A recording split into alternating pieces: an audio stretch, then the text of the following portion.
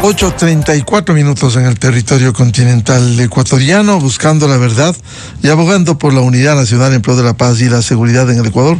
Queremos saludar al doctor Leonardo Viteri, ex asambleísta, médico reconocido en Manabí, y lo hemos invitado a un diálogo porque ayer pudimos evidenciar lo que sucediera con otra intervención del bloque de seguridad, un operativo combinado Fuerzas Armadas y Policía, lo que ya se había hecho meses atrás en otro reconocido hospital como el Teodoro Maldonado Carbo de Guayaquil del Seguro Social Ecuatoriano. Ayer fue en el HCAM, el Hospital Carlos Andrade Marín.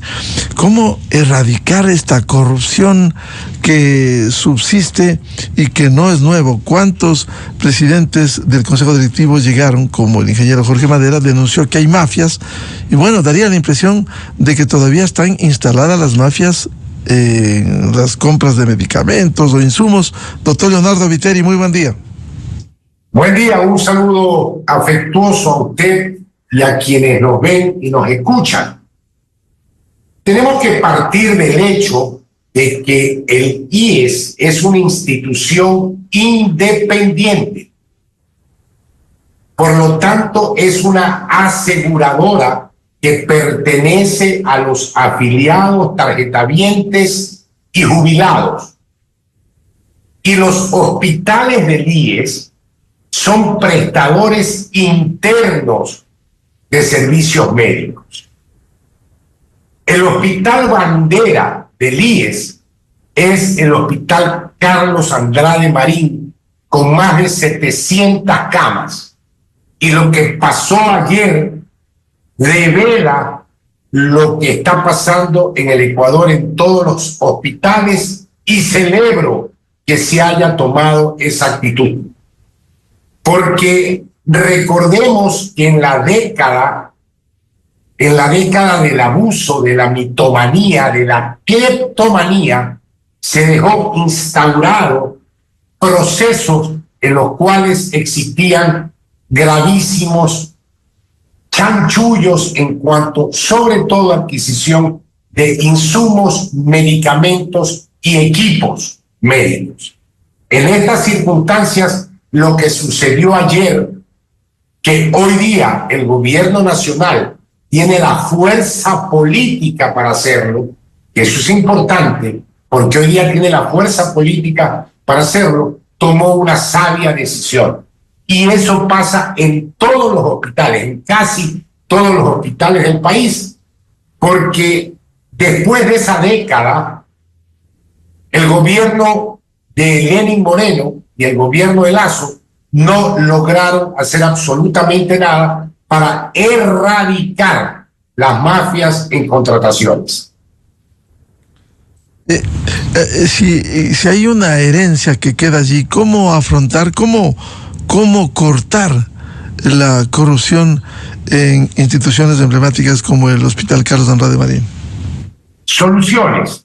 La solución de ayer es una solución abrupta, pero válida, y sería inteligente y coherente declarar en emergencia los hospitales los cuales tienen menos del 50% de producción, de productividad, y menos del 50% de déficit en equipamiento y en medicinas e insumos médicos. Declararlos en emergencia y ya ir de la mano con la tecnología y empezar a tener inteligencia artificial en la administración de los hospitales. Porque yo soy muy amante de la sanidad. Yo respetaba mucho la sanidad española, me gustaba muchísimo. Sin embargo, nada es perfecto y la atención sanitaria siempre tendrá déficit. Lo tiene en Japón, lo tiene en España, lo tiene en Canadá, que se supone que son lo más top en sistemas de sanidad, de seguridad social. Pero yo recuerdo cuando a Vargas Llosa, quien estaba viviendo en España, en esa época del obscurantismo científico y médico que fue el coronavirus, él se cae en su casa y la ambulancia se demoró 2 horas en llegar. 2 horas en llegar. Entonces, si estamos hablando del HCAM, que es un hospital cuyo presupuesto, escúcheme, sobrepasa los $200 millones. Y para que ustedes tengan una idea, el presupuesto de un cantón pequeño como el mío es de $12 millones. De un cantón grande como Portoviejo es $120 millones.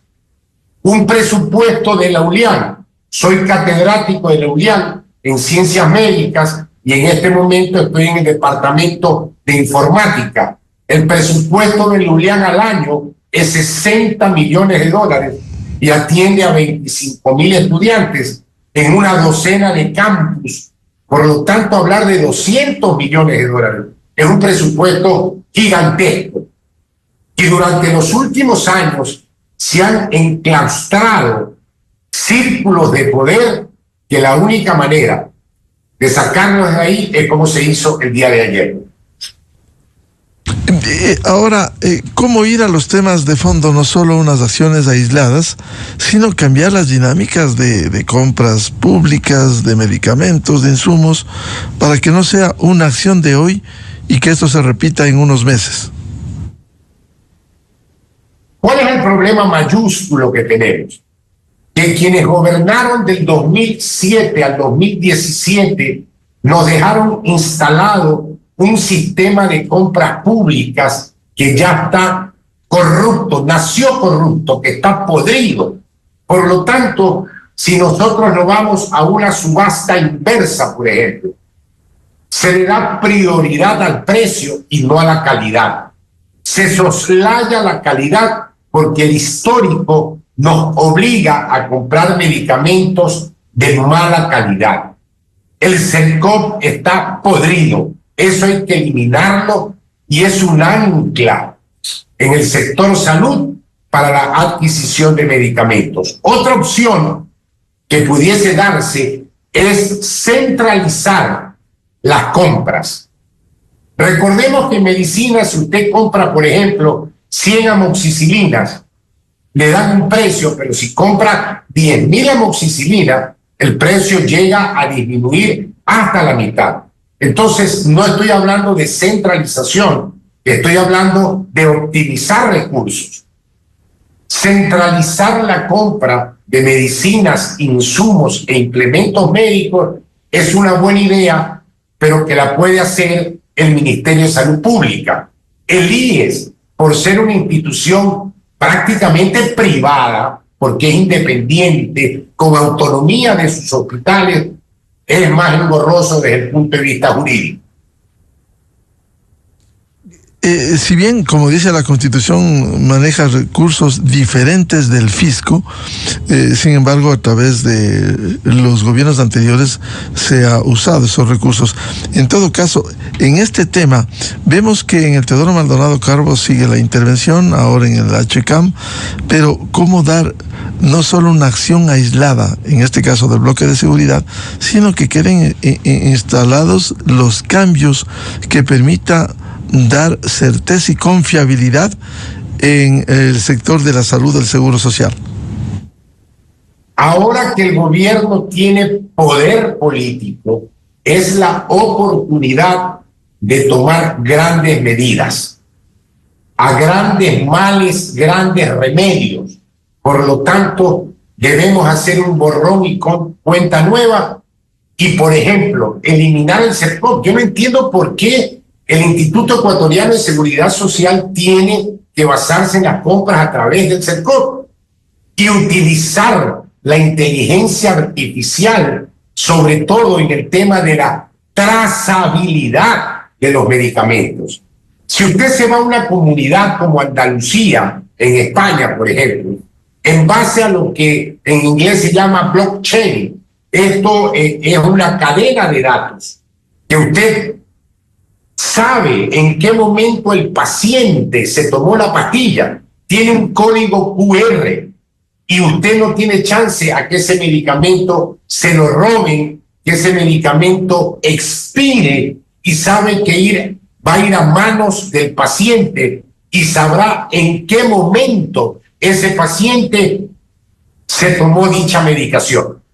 Por lo tanto, debemos modernizarnos e ir a lo que se intentó hace poco, en tener la historia clínica unificada en base a su cédula de identidad.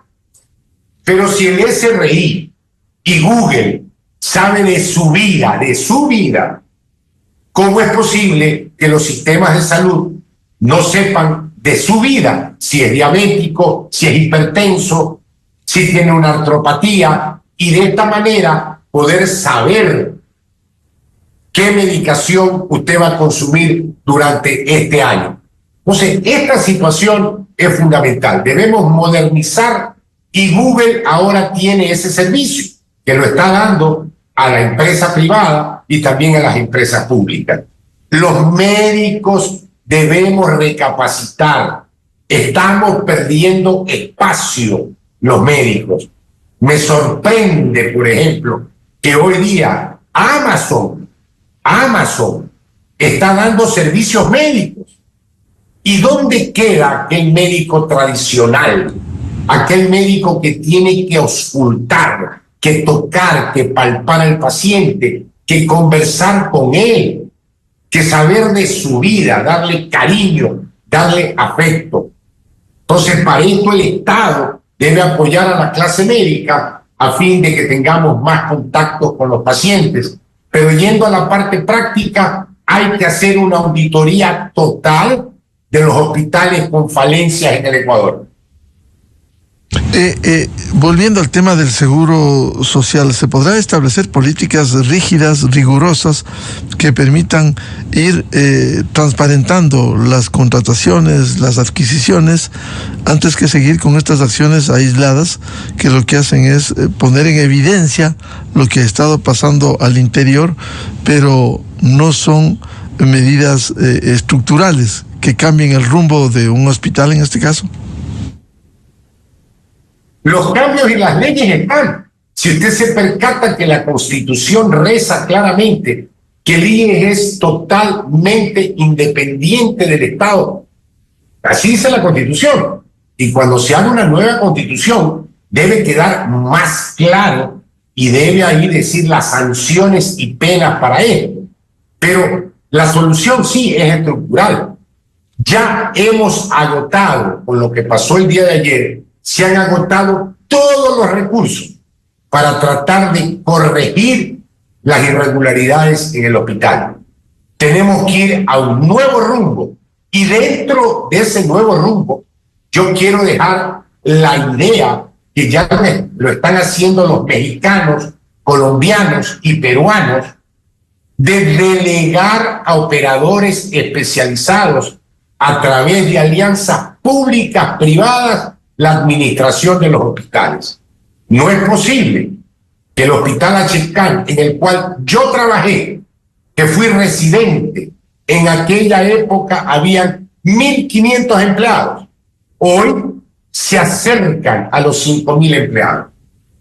Este hospital, que está siendo administrado en el Perú por una empresa pública privada, tiene apenas 4 secretarias y es del mismo número de camas del H-CAM. En el H-CAM hay 200 secretarias.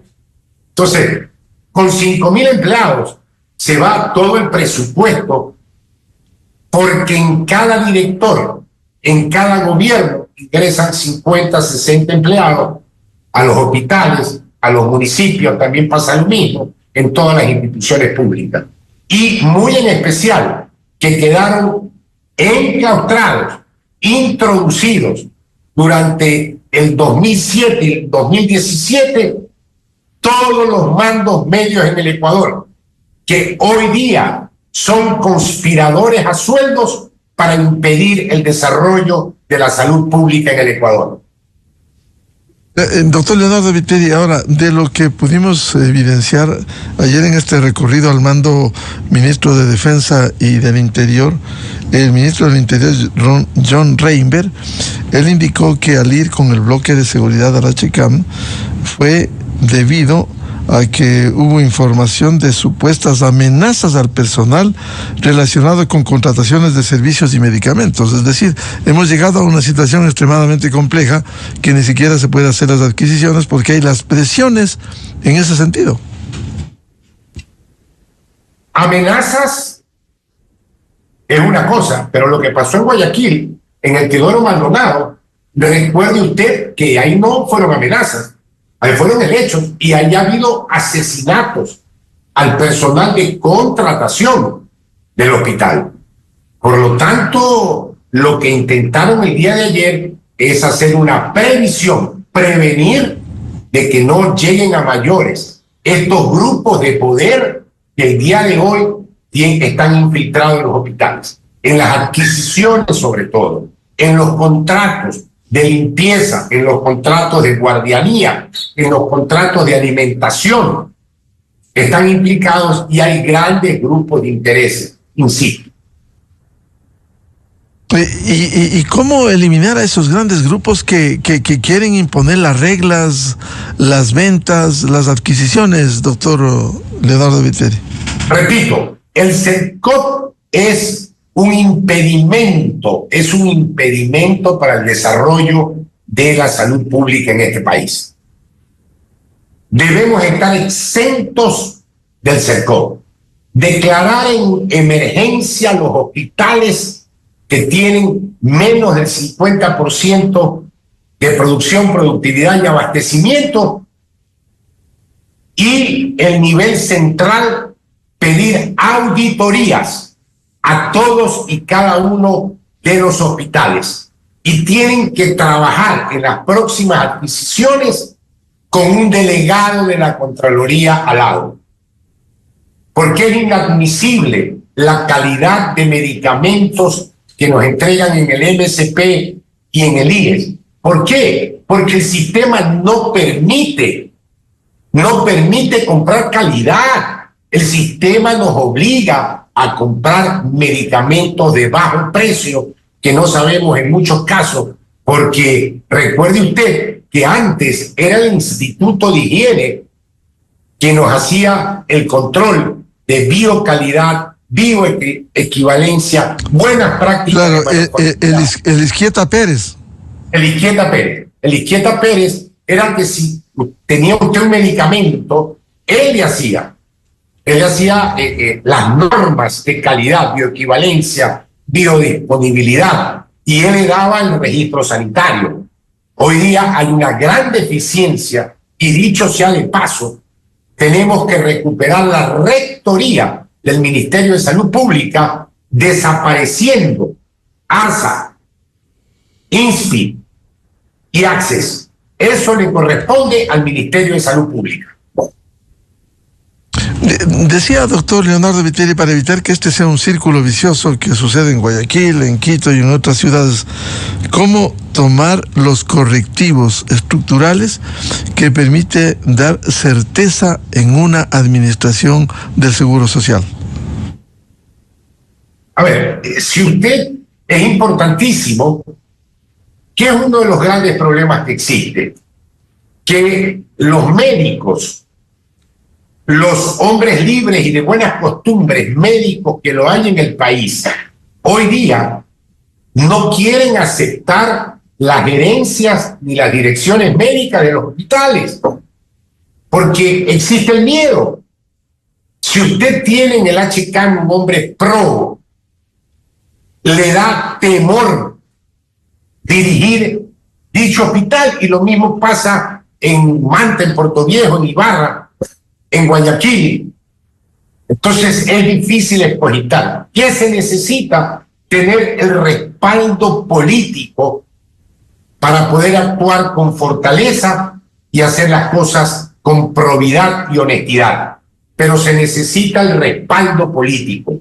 Lo de ayer fue un mensaje a los directores de hospitales del país que tienen la vigilancia y sobre todo el respaldo político del gobierno nacional. Por cierto, nos precisaban respecto del Hospital Carlos Andrade Marín que lo de ayer con la intervención del bloque de seguridad no se trata de una intervención por ningún procedimiento irregular de la administración actual, sino por amenazas contra el personal de compras públicas para que tuerzan procesos. Es decir, hemos llegado a esto, a amenazar para que, de acuerdo supuestamente estas mafias quieren imponer las compras y con ello impedir que se haga lo que seguramente se está haciendo. A ver, es que en el HCAM, en Quito, fueron amenazas. En el Teodoro Maldonado hubo muertos.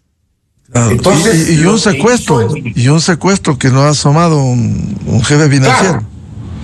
Claro. Lo que hubo, lo que hizo el Ministerio del Interior y el Ministerio de Defensa es ir a precautelar, a proteger a los empleados que estaban amenazados. Pero la auditoría, si usted nombra una auditoría, es totalmente diferente. Ahí sí tiene que entrar financiero, tiene que entrar la Contraloría, tiene que entrar, es mucho más técnico.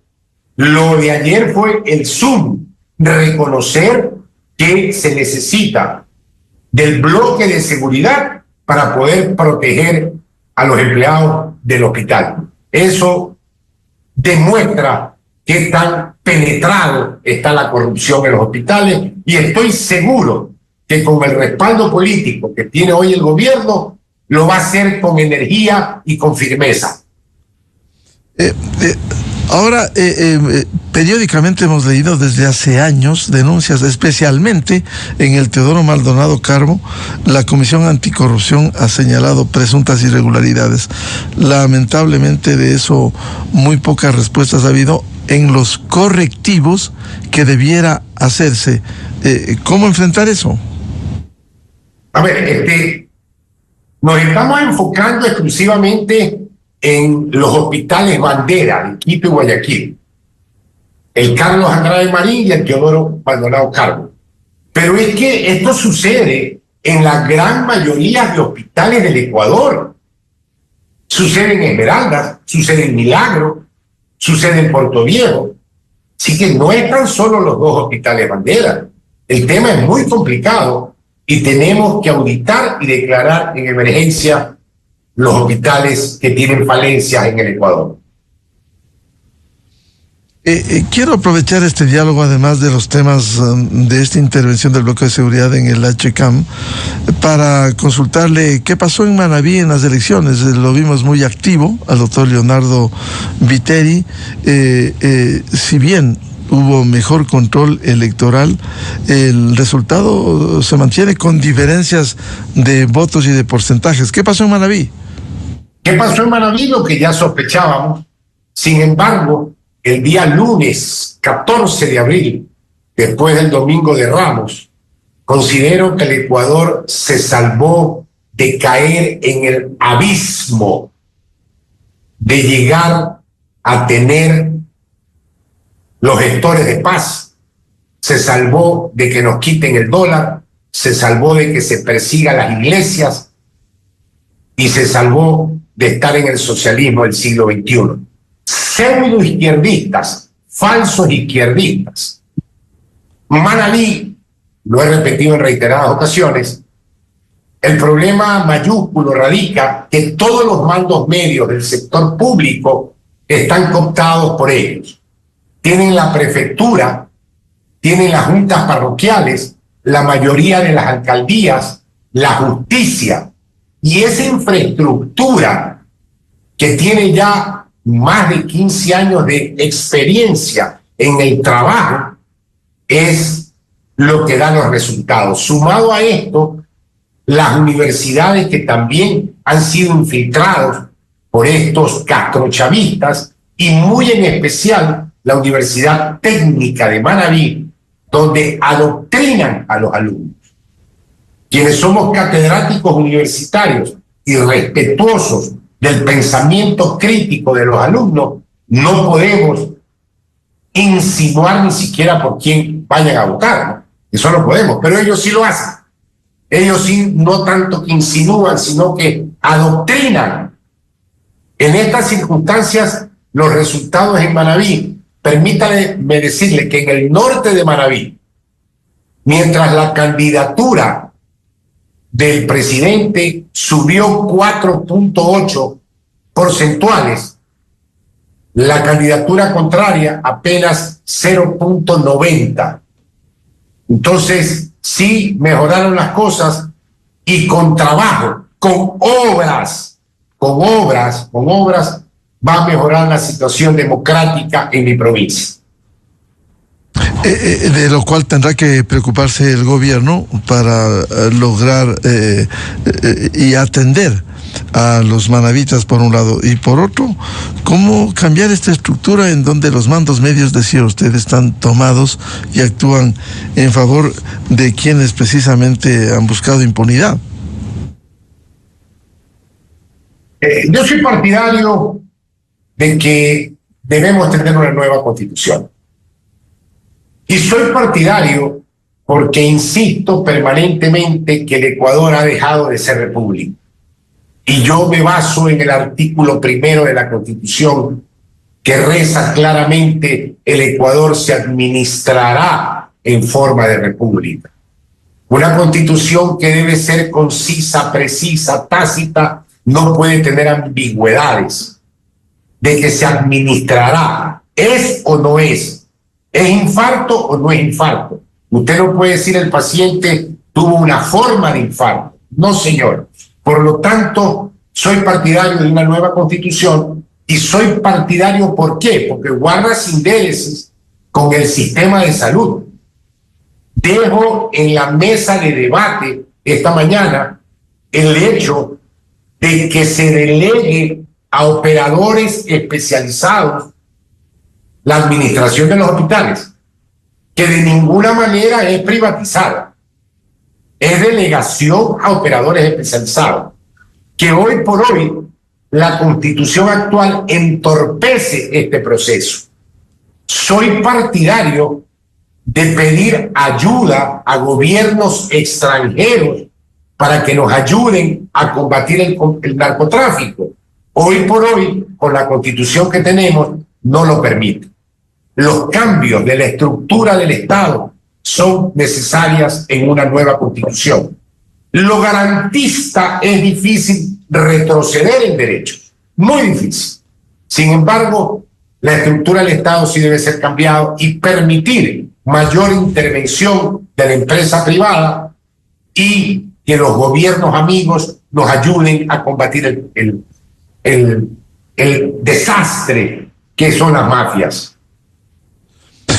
Bien, muchas gracias como siempre al doctor Leonardo Viteri, médico y ex asambleísta, por analizar estos temas vinculados con la seguridad social y los hospitales en el país. Leonardo, muy amable. Muy amable, buen día, salud. Con todo gusto. Con esto cerramos la jornada de entrevistas y debates, la opinión diversa y libre en la revista de Opinión Democracia. Antes de cerrar, quisiera dar a conocer un comunicado oficial del gobierno que da cuenta del duelo nacional en el Ecuador ante el fallecimiento del Papa Francisco. Dice que ante el sensible fallecimiento de su santidad el Papa Francisco, sumo pontífice de la Iglesia Católica y jefe del Estado de la Ciudad de Vaticano, el presidente Daniel Noboa Sin declaró duelo nacional en todo el territorio de la República del Ecuador durante los días 22, 23 y 24. Esto va hasta este jueves del presente año. Durante estos días, la bandera nacional permanecerá izada media asta en todos los edificios públicos y privados, tanto civiles como militares. Ecuador expresa su pesar por esta irreparable pérdida. El Papa Francisco, el primer pontífice latinoamericano, será recordado por su sencillez, su cercanía con los pueblos más vulnerables y su firme mensaje a favor de la fraternidad, el diálogo y la esperanza en tiempos de crisis global. Comunicado del gobierno sobre el fallecimiento del Papa Francisco. 3 días de duelo en el Ecuador. Con esto cerramos. Les recomendamos, ya viene en Exa FM el show de la papaya, y a los miles de seguidores de la revista de Opinión Democracia les deseamos un feliz martes a todos. Muy buen día. La revista de Opinión Democracia, buscando la verdad en todas partes. Esto es Exa Informa por Exa FM. Gracias al trabajo coordinado entre la unidad